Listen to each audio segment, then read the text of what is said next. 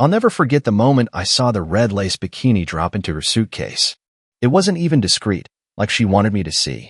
Her hair was still wet from the shower, that smug smile plastered across her face like she was daring me to say something. And the worst part? I had already said everything. Told her how I felt. Told her it was disrespectful, insane, reckless to go on a trip with her ex-fiancé. But Brooke didn't care. Brooke never cared. Not about how I felt. Not about our marriage. Not about respect. She said, "It's just Cabo. It's not like we're sharing a room." Oh yeah? Then why did I see 2 champagne glasses and 1 reservation in her email? Why did she suddenly start waxing again, shaving religiously, going to yoga 5 times a week, and texting with her phone upside down like she was 13? My name's Tyler. I'm 38. I build custom bikes and fix classic cars for a living, grease-stained hands, good money, simple life. I don't play mind games. I married Brooke because she was wild, beautiful, spontaneous. I never realized that came with a subscription to betrayal. I met her ex-fiancé once. His name's Chase. Of course it is. One of those rich, arrogant, teeth-too-white finance types who wears linen shirts and boat shoes like a damn cliché. When she told me they'd reconnected at a mutual friend's wedding and just talked, I already knew. Call it gut instinct. Call it survival. But deep down, my soul whispered, "She's lying to your face." I played it cool. At first. That night, she slid into bed next to me, her perfume thick like honey in the air. She kissed my shoulder, ran her hand over my chest like we were still in love, like she wasn't just setting up her little Mexican escape with another man. I stared at the ceiling, counting the cracks, holding back the storm. "You're quiet," she whispered. "You're loud enough for both of us," I said. She didn't get it. She never does. 3 days before the trip, I did some digging. I'm not proud of it. But when you're being played for a fool, dignity takes a back seat. I checked her laptop when she was out getting her nails done. French tips, of course, because Chase loved French tips. There it was. An email thread. Not even hidden. She titled it, "Work Retreat." But I saw the hotel name. The suite with a king bed. The champagne package. The boat rental. And the worst? A message from Chase that read, "I still remember how you tasted under the moonlight. Can't wait for round 2. I stared at that line for a long time. Like if I looked hard enough, I'd melt the screen. I didn't cry. I didn't scream. I just felt this void. Like someone cracked open my ribs and scooped out everything inside. I closed the laptop. I went to the garage. I built something. I welded. I drank a beer. I planned. That night at dinner, she wore red lipstick and laughed like a villain. Every movement of hers dripped with fake sweetness. She talked about packing sunscreen and her new modest swimwear. I smiled. I nodded. I offered to drop her off at the airport because my wife wanted to go on a trip with her ex-fiancé against my wish. So I took my karma revenge, but not in anger, not with violence, with precision. See, Brooke forgot something. She forgot that the man she married builds custom solutions. And I had one last build for her. What I did next. Let's just say it was poetic. And it started the moment I watched her walk away at departures, blowing me a kiss like I was her loyal dog. I didn't wave back. I didn't say a word, because she was about to find out. When you stab a man like me in the back, he doesn't just bleed. He makes sure you drown in it. At 3:47 a.m., my phone buzzed. One message. From my buddy Nate. "Bro, it worked. They're in." Chase even tipped me. Dumbass. I stared at the message for a second, then chuckled. It was the kind of laugh that crawled out of your stomach after weeks of pretending to be fine. I met Nate years ago at a car show in Vegas. He's a high-end concierge now, handles everything from luxury bookings to personal enhancements for the right clients. Discreet, loyal, ruthless when needed. He owed me a favor, and I was cashing in every ounce. 2 nights before Brooke's trip, I asked him to arrange the booking for that exact resort in Cabo. I didn't want just a copy of her suite. I wanted the suite. The one Brooke and Chase would walk into, blissfully unaware it had already been rigged to record audio and video from 3 angles. Nothing illegal. Just enough to catch the truth with crystal clarity.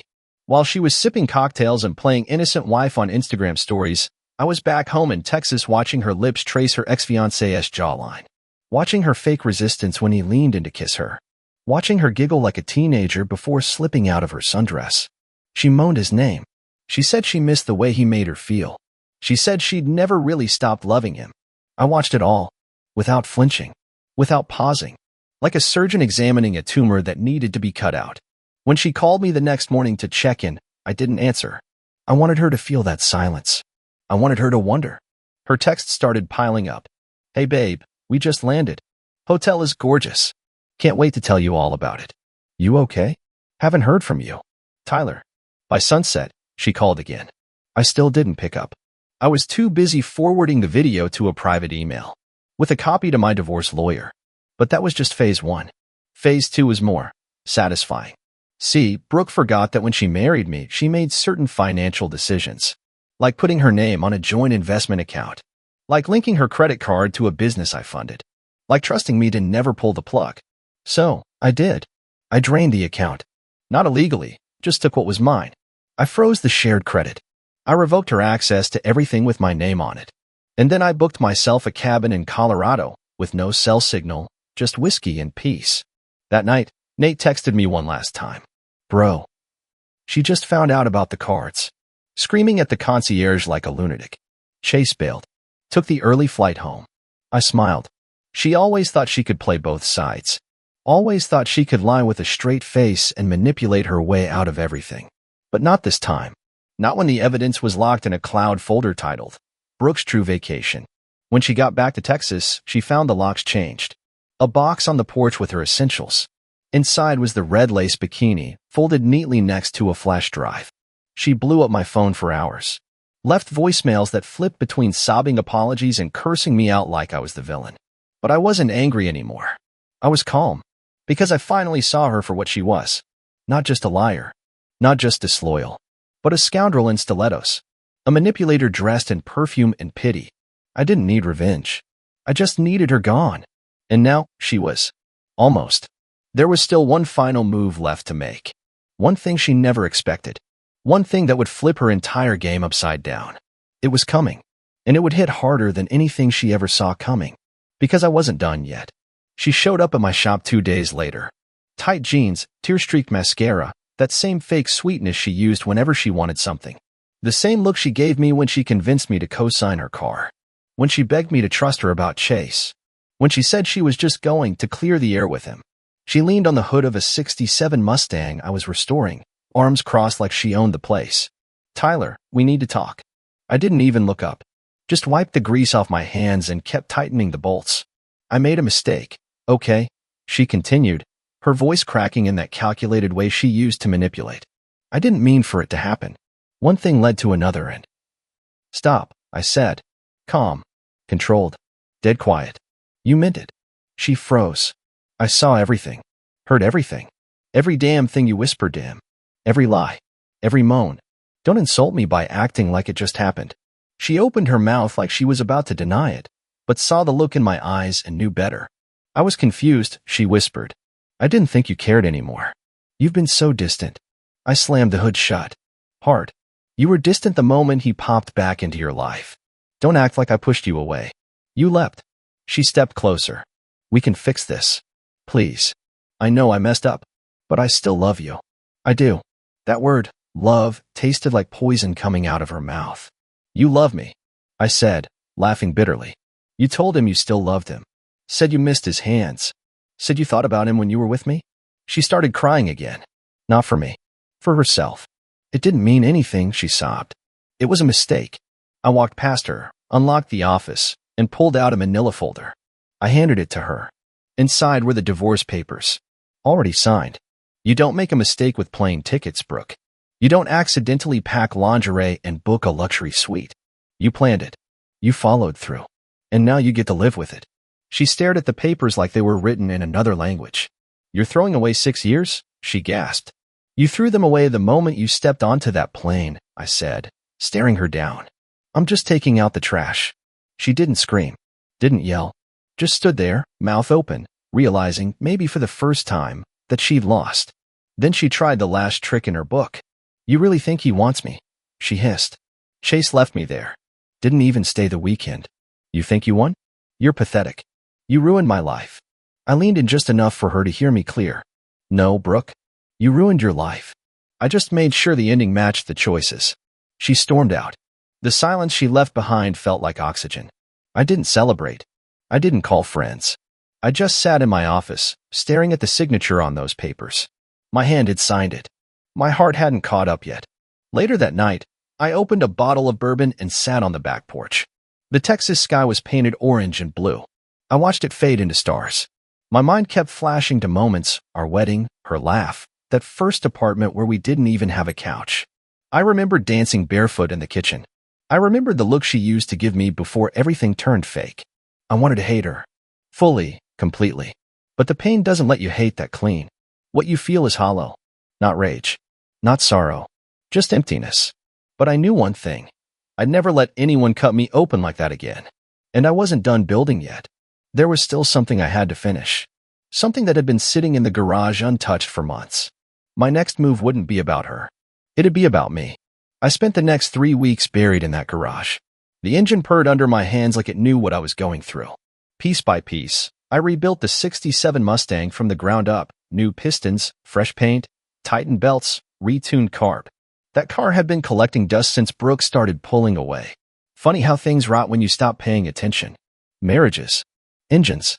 Every morning, I'd wake up before the sun, pour a black coffee, and get to work. The silence helped. Give my mind space to breathe, to process, to heal in its own stubborn, quiet way. I didn't talk to many people. A few texts here and there. Nate checked in. My sister tried calling. I let it all go to voicemail. I was rebuilding more than metal. Then, a week after the papers were finalized, I saw her again. Not in person. On my phone. Instagram. Someone sent me a story. Said, bro. You seeing this? I almost ignored it. Curiosity won. There she was. At some lounge downtown. Dressed like she was starring in a music video. Hair curled. Red lips. That same damn bikini top layered under a see-through blouse. Laughing with some guy who wasn't Chase. Wasn't me. Another one. She clung to his arm like she needed a body to fill the void. His hand? Already sliding down the curve of her back. Her eyes? Rolling with the same hunger I used to think was only mine. I watched in silence. Not because I cared. Because I needed to see it. Needed to see what she really was when no one was watching. A storm chaser. A mirror. A void dressed like a fantasy. And suddenly, I didn't feel anything. Not jealousy. Not anger. Just this cold kind of confirmation. Like, yeah, this is who she is. This is who she always was. I shut my phone off. Tossed it on the couch and went back to the garage. The next day, I took the Mustang out for a test drive. Just me, the wind, and the roar of something I'd brought back to life with my bare hands. The highway was empty. The sky was clean. For the first time in what felt like years, I wasn't looking over my shoulder. When I stopped for gas, I saw my reflection in the window. I looked older, tired, but calmer. No more lies waiting at home. No more fake hugs. No more pretending everything was fine while my gut screamed the truth. Back at the shop, I decided to do something final. Something that marked the end. I opened up the laptop, logged into the cloud, and deleted the video. Gone. I didn't need proof anymore. I didn't need receipts or revenge or closure. I had something better. Peace. A few nights later, Nate came by with beers. He kicked his boots up on my porch and said, "Man, you look like someone who just got paroled." I laughed. "Feels like it," I told him. He took a sip, leaned back. "So what now? You gonna start dating again? Go full bachelor mode?" I shook my head. "Not yet. Maybe not for a long while. I've got rebuilding to do." "Of the car?" he asked. "Of myself," I said. He didn't laugh. Just nodded. Brooke texted once more. A long message. Something about regrets and maybe grabbing coffee to talk. I didn't reply, because I already had all the answers I needed. And no matter how many filters she used, or how sweet her voice got, she'd never unburn what she torched. A month passed. Then 2. I didn't count the days, just the changes. Woke up easier. Slept deeper. Food started tasting like something again. Funny how betrayal strips everything down to the bone. But once you clear the ashes, you realize how much of your life was just smoke. I got new clients. Word spread that the guy with the Mustang could fix damn near anything with an engine. A few classic car collectors came by, dropped off projects that needed more than a tune-up, they needed resurrection. I understood that better than anyone now. I poured everything into that work. My hands stayed raw. My back ached. But my mind clearer than ever. Brooke's name stopped echoing in my head. Her perfume faded from the house. Her toothbrush was long gone. I changed the sheets, then the furniture, then the locks. A woman named Rachel started bringing me coffee when I worked on her dad's Thunderbird. Big brown eyes, sarcastic smile, no ring. She didn't flirt. Not directly. Just lingered. Asked questions. Laughed at my jokes like she actually meant it. But I didn't chase anything. Not yet. One night, I pulled out an old box. The one Brooke never knew about. Letters. Photos. Stubs from concerts. Our wedding invitation. A picture of her asleep in the passenger seat with her feet on the dash. Back when things still felt real. I looked through them. One by one. I didn't cry. I didn't smile. Just remembered. Then I took the whole box outside, poured a splash of bourbon on it, and lit the match. Watched it all curl into flame. The fire crackled like it was speaking. Maybe it was. Maybe it was saying, "You survived." The next morning, I wrote an email to my lawyer. Told him I wanted to remove Brooke from the business license completely, just in case. He replied 5 minutes later with a single line. Already done. That was the last thread. Then something happened I didn't expect. I got a call from Chase. At first, I thought it was spam. Ignored it. But then he left a voicemail. "Tyler, I know I've got no right, man, but I need to talk. About Brooke. It's not what you think. Just give me 5 minutes." I should have deleted it. Blocked him. But my gut, it twitched. So curiosity won again. I called him back. He answered like he'd been holding the phone in his hand for hours. "Thanks," he said, voice lower than I remembered. "I wasn't gonna reach out, but you should know. She told me you were abusive." I blinked. "What?" "Yeah. Said you screamed at her. Broke things. Threatened her. Said she was scared for her life." I sat there, stunned. "She told you that before Cabo?" "Yeah. Said the trip was her escape plan. That she needed someone she trusted." I couldn't speak. Couldn't move. Just stared at the empty space in front of me. "She's good," Chase said quietly. "Really good." I believed her. Until she started showing her real self again. Controlling, manipulative. She said the same things to me she probably said to you. I left after 2 days. Blocked her. I thought you should know. I hung up. Everything I'd felt, every moment of guilt, of asking myself was I too cold, too distant, evaporated. She hadn't just betrayed me. She tried to erase me. Rewrite the story with her as the victim and me as the villain. That night, I slept like a damn baby. Because now I knew. I wasn't broken. I was free. A week later, I was back under the hood of a '72 Chevelle when Rachel pulled up again, this time with 2 coffees, not just one. She didn't ask if I wanted it. Just handed it over like she'd done it 100 times before. "You look less haunted," she said, watching me wipe the oil from my hands. "Thanks," I replied, cracking the lid and taking a sip. Turns out closure tastes a little like bourbon and gasoline. She laughed. It wasn't flirtatious. It was real. We didn't talk about Brooke. She didn't ask, and I didn't offer. There was a kind of unspoken agreement between us, one made of respect. I like that. The quiet. The lack of performance. She didn't wear a mask, didn't try to fix me, didn't prod like I was some broken engine she could tinker with. That night, I found myself replaying the conversation with Chase. His voice. His regret. But most of all, her lies. Brooke hadn't just cheated. She'd weaponized my silence, twisted my loyalty into something dark and unrecognizable. Told a man I was abusive, manipulative, dangerous. It wasn't enough to sleep with her ex. She had to paint herself the victim. Make sure if things blew up, she'd still land soft. That kind of rot runs deep. I looked around my house, and realized how much of her was gone now. Her coat no longer hung by the door. Her hair ties weren't strangling the faucet anymore. That damn vanilla candle she loved so much had finally burned out. It didn't feel empty. It felt mine. Then, the unexpected happened. I got a letter. Not an email. Not a text.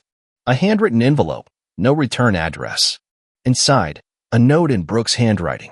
"Don't throw this away. I just want you to know the truth. All of it." I almost crumpled it right then. Almost tossed it straight in the trash with the rest of her fiction. But something made me read it. "I never meant to hurt you," it began. "But the truth is, I never knew how to be loved the way you loved me. You were real. Steady. And I'm chaos. I crave attention. Validation. I lie because the silence terrifies me. I betrayed you because I thought it would make me feel powerful again. It didn't. It made me feel small." I sat down. Jaw clenched. I blamed you to Chase because I needed to justify what I was doing. I needed someone to be the villain so I didn't feel like a monster. "I'm sorry I made it you." And there it was. Not redemption. Not reconciliation. Just truth. Twisted and late, but real. She ended with, "I know you'll never forgive me. You shouldn't. But I'll always remember you as the only man who ever loved me without needing anything in return." That was my greatest loss. I folded the letter, slid it back into the envelope, and locked it in the drawer with my old pistol and my father's dog tags. It didn't change anything, but it gave the wreckage a final chapter. The next morning, I went for a ride in the Mustang. Windows down, wind in my face, the engine roaring like it had something to prove. When I passed Rachel's cafe, she waved from behind the counter. I pulled over without thinking, walked in, and ordered something sweet for once. She smiled, slid it across the counter. "What's the occasion?" I shrugged. Decided I'm done rebuilding the past. Time to start something new. She tilted her head. "That's so?" "Yeah," I said, meaning every word. "That's so." Weeks turned into months. The sting faded. Not all at once, more like in layers, the way dust settles after a storm. Some days, I'd still catch a scent, or a sound, or a memory that pulled me back. But I no longer flinched. I just let it pass. Rachel and I started talking more. Real conversations. Long ones. Not forced, not tiptoeing. She had a past, too, nothing dramatic, no scandals, just scars of her own. But she never let them define her, and that's what I admired most. She didn't carry her pain like a badge. She let it grow her, not harden her. One night, we sat on my porch under a fading sky, beers in hand, feet kicked up. She asked me, "You ever think about what would have happened if Brooke hadn't gone on that trip?" I stared at the stars for a second before answering. "She'd still be lying," I said. "I'd still be doubting my gut. Still wondering what I did wrong. Still trying to fix a woman who wanted to stay broken." Rachel nodded. "That's honest. It's the only thing I've got left," I replied. She reached for my hand. Didn't say anything. Just held it like she'd been there 1,000 times. I didn't pull away. Not long after that, I got a message from Brooke's sister, Lindsay. We'd never been close. She was always quiet around me, almost nervous, like she was holding in things she wasn't supposed to say. Her message was short. "I just want you to know, I believed you. I always did. And I'm sorry for what she put you through." I didn't reply, but something about it settled in my chest. Maybe closure doesn't come all at once. Maybe it drips in, piece by piece, from unexpected places. My business was growing. Word of mouth spread fast. I hired another mechanic. The shop got busy, full of life. Sometimes, when I'd pull into the garage and smell oil and hear music playing from the back room, I'd smile without even realizing it. I was back, but different, stronger, less naive, more aware of what I'd give and what I'd never let someone take again. One day, while reorganizing my office, I found the original wedding photo, me in a black suit, her in that lace dress, smiling like she believed her own performance. I held it for a second, then flipped it over. On the back, in Brooke's handwriting, it said, "Forever starts here." I almost laughed. Forever. The word meant nothing now, but I wasn't bitter. I tore the photo in half, not out of anger, just finality. That night, I invited Rachel over for dinner. I grilled steak. She brought wine. We sat under string lights and didn't talk about the past. We talked about where we'd travel, where we'd go if time and money didn't matter. She said Italy. I said Montana. She raised an eyebrow. Mountains over romance? I grinned. Mountains don't lie. She leaned back, sipped her wine, and smiled in a way Brooke never did, without calculation. For once, I didn't feel like I was bracing for betrayal. I felt steady. And that was the real revenge. Not the video, not the freezing of the accounts, not even watching her spiral. The revenge was becoming untouchable to her. Unreachable. A man she couldn't twist anymore. She gave me pain, but I made it into something she could never take credit for. Peace. Purpose. A clean slate. And just maybe, something real with someone who saw me, not just what I could give. A year to the day after Brooke's little vacation with her ex, I found myself standing at the edge of a cliff in Glacier National Park, Montana. The same place I once said I'd go when I wanted peace. And damn if it didn't deliver. Miles of pine stretching into forever. The air so clean it felt like it was rinsing out my lungs. I stood there, no distractions, no phone, no noise, just me, wind, and sky. And I realized I'd made it.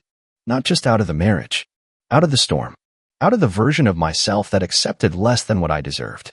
There was a time when I would have done anything to make her stay. Pleaded, bargained, sacrificed pieces of myself just to keep her happy. But now? Now I wouldn't even open the damn door. She taught me something I didn't want to learn, something no man wants to admit. Love doesn't mean saving someone who doesn't want to be saved. It means knowing when to save yourself. People ask if I regret it. If I regret marrying her.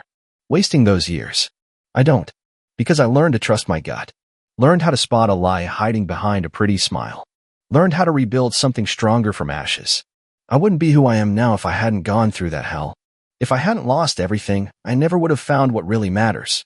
Now I don't chase. I don't settle. I don't entertain fake love dressed up in grand gestures. I know what I bring to the table. I built the damn table. Rachel? She came with me on that Montana trip. Drove half the way, talked the rest. No drama. No games. Just us. Real. Simple. She never tried to be the opposite of Brooke. She didn't have to. She was just honest. And that was enough. One night, as we watched the sun bleed into the mountains, she asked me what I'd say to a man going through what I went through. I looked at her, then at the fire we'd built, and I said, walk away the first time your gut screams something's wrong. Don't explain your worth to someone committed to misunderstanding it. And never confuse chaos for passion. It'll gut you slowly and make you think it.